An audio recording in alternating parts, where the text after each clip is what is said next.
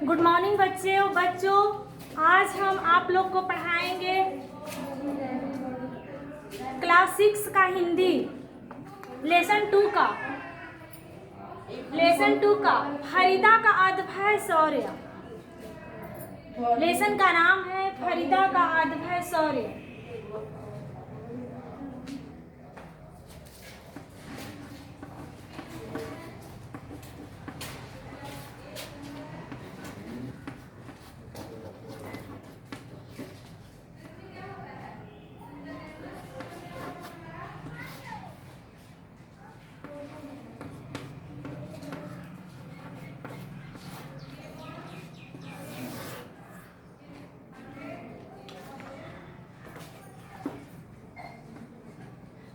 फरीदा का अद्भुत शौर्य। Robert brown नामक अमेरिकी पत्रकार के अपहरण का समाचार लगभग प्रत्येक अखबार के प्रथम पृष्ठ पर मुख्य समाचार के रूप में छपा था। फरीदा खान मलिक समाचार पढ़ते ही अपने पति साबिर मलिक के समीप आ खड़ी हुई और उस समय अपनी वे सेब बना रहे थे। आंखों में आंसू और मुख पर एक अद्भुत छाया थी और उनके हृदय में एक पीड़ा थी, छुपाने में भी असमर्थ था। फरीदा ने कहा, साबिर हमारे अतिथि अमेरिकन पत्रकार रॉबर्ट ब्राउन का पहलगाम से अपहरण हो गया। फरीदा की बात सुनते ही साबिर का मुखमंडल पीला पड़ गया। झटपट से समाप्त करके वे उठ खड़े हो गए और फरीदा की आंखों में आंसू पोंछते हुए बोले, प्रिया, यह तो सचमुच ही दिल दहला देने वाला समाचार है। हमें भी अपने अतिथि आतंकवादी के चंगुल से छुड़ाना होगा।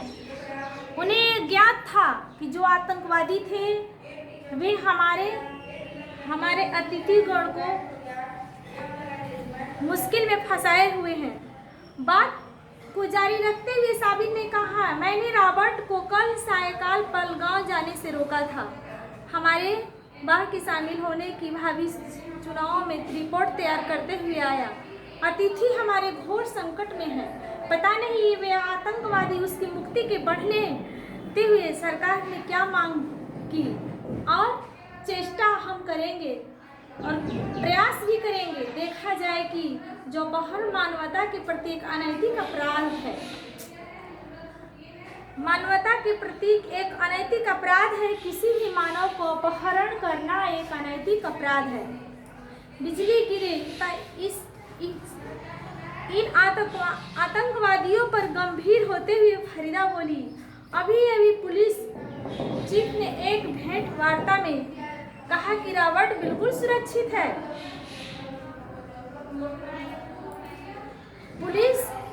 पुलिस कर्मियों से जब उनकी भेंट होती है रॉबर्ट को, तो वे कहते हैं कि रॉबर्ट ये पूरी तरह सुरक्षित है। फिर उनका अपहरण कैसे हो गया? ठीक उसी क्षण फरीदा किसी घोड़ा घर के सामने आकर हिनहिनाया और वे दैनिक घुड़सवारी के लिए ले जाए। लेकिन फरीदा वे उदास थी और उस घोड़े के गर्दन को सहलाते हुए बोली, अभी जाओ, मैं नाश्ता करने के बाद आऊंगी। ये सुनकर आज्ञाकारी घोड़ा चुपचाप लौट गया और बाहर खड़ा होकर वे घास चरने लगा। तत्पश्चात कुछ ही देर बाद वे नाश्ते के लिए बैठे। मन्नाया नामक उनकी नेपाली वाजपेयी स्वादिष्ट नाश्ता लेकर भोजन करने के बाद वे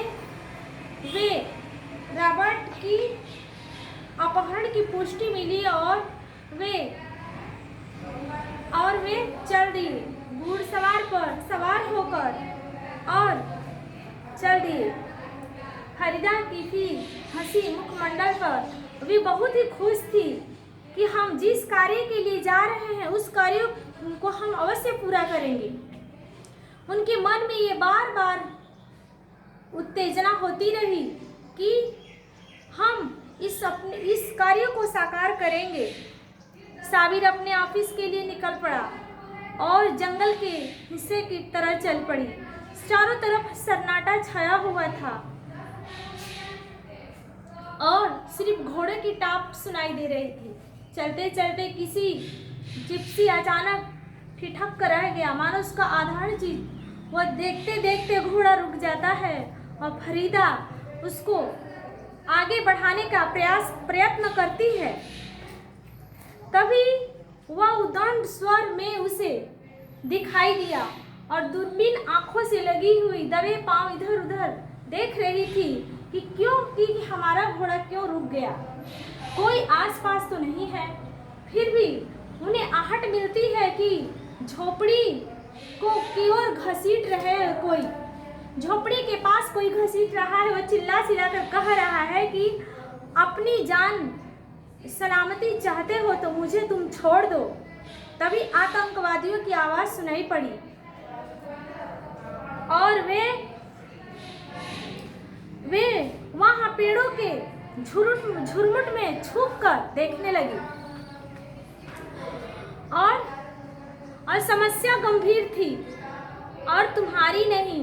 ये एक बात और थी कि वे इस स्थान के विषय में जानकारी भी नहीं थी और वो तमाम जानकारी तो आतंकवादी के पास थी। तत्पश्चात एक वायरलेस सेट तथा नामों की सूची रॉबर्ट के हाथ देकर उसको झोपड़ी में ढकेल दिया और फरीदा तरु झुंड के पीछे छुप गई और रॉबर्ट को कांपते हुए स्वर में आतंकवादियों के छोड़ने की बात कहते हुए सुना। न भारतीय सेना के गुप्तचर विभाग के लिए काम करती थी। फरीदा भारतीय सेना के लिए गुप्तचर विभाग के लिए काम करती थी और रॉबर्ट को छुड़ाने के लिए उसने बहुत एक गुप्त योजना बनाई और घोड़ा लेकर घर वापस लौट गई और सेना के संपर्क में वे गुप्तचर के रूप में एक अच्छी भूमिका निभाती रही और आतंकवादियों को पूरी तरह खदेड़ डाली। Thank you.